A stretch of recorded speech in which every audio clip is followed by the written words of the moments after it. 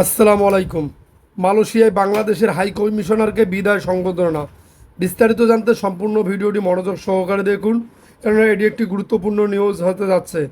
মালয়েশিয়ায় নিযুক্ত বাংলাদেশের হাই কমিশনার মোহাম্মদ শামীম হাসানকে বিদায় সম্বোধনা দিয়েছে কুয়ালালামপুরস্থ Bangladesh high commission.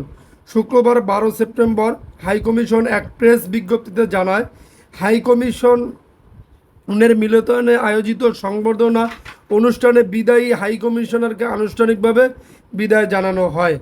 Deputy high commissioner Mosammat Shahanara মনিকার সভাপতিত্বে অনুষ্ঠিত এই বিদায়ী সংবর্ধনায় হাই কমিশনের সকল কর্মকর্তা কর্মচারী উপস্থিত ছিলেন। বক্তারা তাদের বক্তব্যে উল্লেখ করেন, বিদায়ী হাই কমিশনার শামীম আহসান মালয়েশিয়ায় বাংলাদেশের ভাবমূর্তি উজ্জ্বল করতে বাংলাদেশ মালয়েশিয়া দ্বিপক্ষীয় সম্পর্ক উন্নয়নে এবং প্রবাসী বাংলাদেশিদের কল্যাণে গুরুত্বপূর্ণ ভূমিকা রেখেছেন। তারা বলেন, প্রবাসীদের জন্য বিভিন্ন কল্যাণমূলক ও সেবামূলক কর্মকাণ্ড পরিচালনার জন্য হাই কমিশনারকে আন্তরিক ধন্যবাদ জানাই।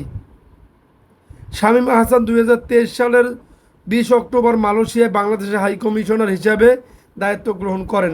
তার দায়িত্বকালীন সময়ে মালয়েশিয়ার প্রধানমন্ত্রী ডক্টর আনোয়ার ইব্রাহিম বাংলাদেশ সফর করেন এবং বাংলাদেশের প্রধান উপদেষ্টা ও নোবেলজয়ী বিজয়ী ডক্টর মোহাম্মদ ইউনূস মালয়েশিয়া সফর করেন।